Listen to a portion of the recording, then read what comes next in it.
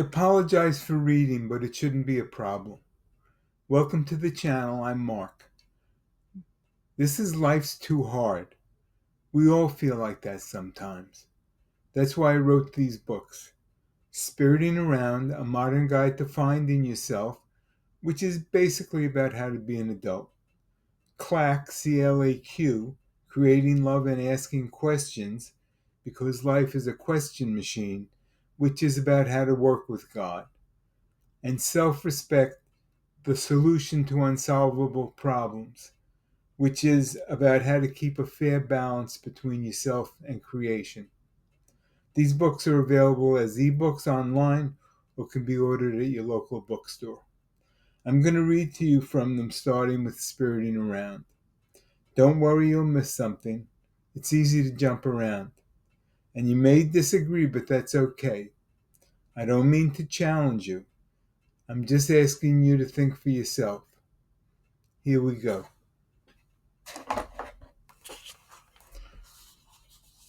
We'll start at No Losers Allowed, the next section. So what happens when your time runs out and you haven't achieved your goals? Is your failure complete? Is your life a disgrace? Or is everyone's life a success no matter what they've achieved? Spiritual truth is that we all die well with the same love and dignity in God. Dignity in dying is the acceptance that our turn at life is complete. And knowing that every life is a success should give you the underlying satisfaction that dignifies your daily purpose. Your dignity, the belief that you're naturally successful, should be your comfort as you ride out life's storms and surmount its obstacles. You don't have to be a slave to interpreting the meaning of every event in your life. And you shouldn't define yourself by the circumstances you find at one point in your life. Your consciousness of the dignity God bestows on each of us is enough reason to be joyful. Dignity is realizing that you're important and valuable, if only by your existence. That's your potential for greatness in life. Greatness, not just getting by or being a survivor, but the success that satisfies your soul. It may not be apparent, or you might think it's impossible. But somewhere inside you, you know it's true. It's in you, dormant maybe, but alive and healthy. And it's waiting for you. It is you. It's every human being's essence as it comes from God, the loving power that supports you. Your happiness has a schedule with specific conditions it needs to express itself. So you must be patient because it can't be rushed. But you can prepare yourself while you wait and be watchful because many opportunities on their surface may seem insignificant. But like the three kings who waited for the one who would bring a great light to this world, you can have the character of a king too. Right circumstances vary and they're different for everyone. Sometimes they're obvious, other times they'll make sense to you to just one person. It might be a new idea joined with good financial resources and the right personal attitude. Or it might be the right skills being at the right place at the proverbial right time. It can even be someone's determination in facing down a problem that only their commitment can overcome. And it could be the right group of people whose combined talents manifest the increased ability that helps them accomplish more than they could have ever done by themselves. Whatever it has to be, it will be. The solutions are infinite. It means that whatever circumstances you need to succeed will happen. The magic is that whatever the situation, each of us possess the potential for opportunity. Your challenge is to look for the right circumstances, have the patience to wait for them, and trust them when they come. So you should cultivate your life with skills and friendships that allow your energies to grow. This will help you define who you are now and help you to become the person you want to be in the future. Next section. It's your way. One by one, you'll solve your problems. You can eat an elephant a bite at a time if you have to. You have the ability, but it's your choice. It's not a race or competition.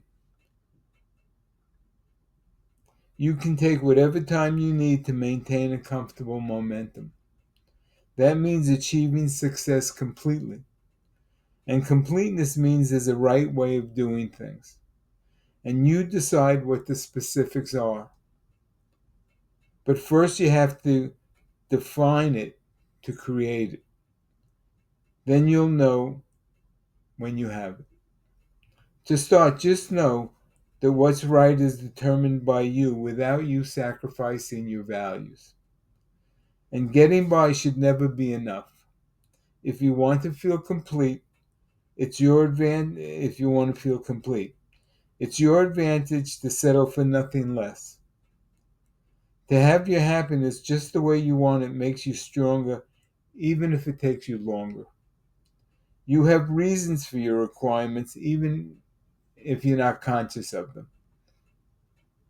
And when something important to you is missing, your future is adversely affected, both emotionally and physically. You have to accept that you can be who you want to be exactly, correctly, and completely. You probably just want to speed through everything and be done with your problems. But you should be careful not to create new burdens in your rush to solve them. Believing that you'll eventually find a way to succeed should give you the comfort you need when success seems beyond your efforts. Remember, there's no schedule, and there's no one to compare yourself to as far as how well you're doing. There's no rightness or wrongness about how to feel good. And that's what you really want. So it's about making the decision to have what you want and then having it. Next section. Have dignity. You have to see yourself as successful regardless of circumstances or anyone's opinion. Other people's points of view are still important, though. There are people you trust who love you, and their advice is invaluable. But what success means to you is your responsibility. No one can feel your elation and success or the pain of your disappointments like you do. And even though divine compassion is only a mirror, it's saying, see, love has not failed. Here it is in another. So it's ultimately up to you to solve life's riddle for yourself. Loving relationships are sublime and comforting. And based on mutual respect, they're moral. They're a benchmark for our opinion of ourselves. Respect for individual dignity is the measure of any relationship, and there's never a good reason to compromise it. For any problem, you can always find the right compromise where love is present. But love can't express itself without dignity. It's this respect for self-worth that holds relationships together and guides them in business and romance. Now we have a section box, dignity, with a question mark next to it. Dignity. What's that? It's an understanding of the extraordinary value you already have as a human being. There's nothing to earn or create. It already acknowledges your fair place in society. And even in social settings, it recognizes that your first responsibility is to yourself. So accept yourself. Your principles and beliefs are decided by you. Your dignity will respect whatever happiness you choose for yourself. The first step is to know it. Social environments assault our dignity. People will try to categorize you to fit neatly into their way of living. It gives them a sense of security and balance. But you want to know more about life and how every environment affects you. Today it's more complicated because besides the kid next door, modern society makes the media our neighbor. And like everyone else, they have their own agenda. So you have to sort it all out, and you'll need your dignity to do it right. Dignity is at a crossroads for civilization. It's because there's so much information today. Just realize that it's you who control the information. You decide what you'll watch, listen to, or read, and you decide its value. But don't worry, communication is our natural connection, and you were born an expert at it. The messages we share have stayed the same for thousands of years because people haven't changed. They're the same questions we've always had about purpose and survival. And you'll find the answers in the dignity you have in being honest with yourself. It's just common sense. It's the same for everyone, and it proves itself every time. So, what about the quiet terrors we suffer every day? You're not alone, and you'll never be alone. If there wasn't one other person who knows what you needed, the universe would always support you as an inseparable part of itself. Next section, spiritual support. Opening your mind to the spiritual dimension can help you. Its eternally fresh perspectives, loving comforts, and fairness make new opportunities available to you. The spiritual world waits with a wealth of wisdom for you, and it gives it away freely as it shares in your successes. To be spiritually blind, though, is to ignore Spirit's powerful support. That can make things harder than they have to be because you can reach your goals too easily, only to find that you missed the journey and its blessing of experience. Or you can bottle yourself up struggling too hard against wasted resistance as you go around in circles without gaining the wisdom of your goals. And instead of the harmony and fulfillment you're entitled to, you may go unfulfilled.